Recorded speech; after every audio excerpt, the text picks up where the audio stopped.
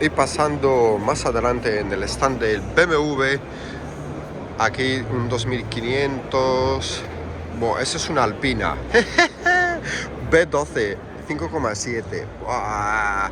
Esto sí que es performance. A ver cuánto cuesta este. Un V12, pero no sé si está en venta.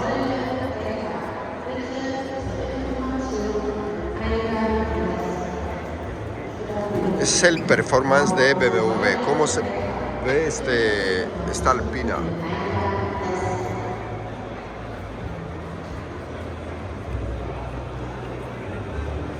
Yo creo que no hay nada más performante que una Alpina.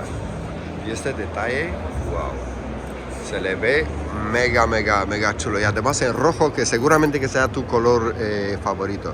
Vamos a pasar más adelante. Este Z8 Roadster no lo gana nadie, ni en lujo, ni en prestaciones, ni en nada. Eso es una joya. Quien se puede permitir algo así vale mucha pasta, pero es coche de coleccionista. Vamos a pasar por la parte delantera de coche y mirar cómo se le ve.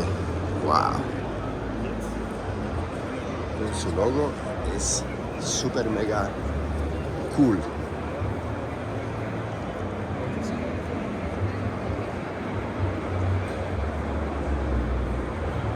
Qué frontal. Wow, cómo se le ve.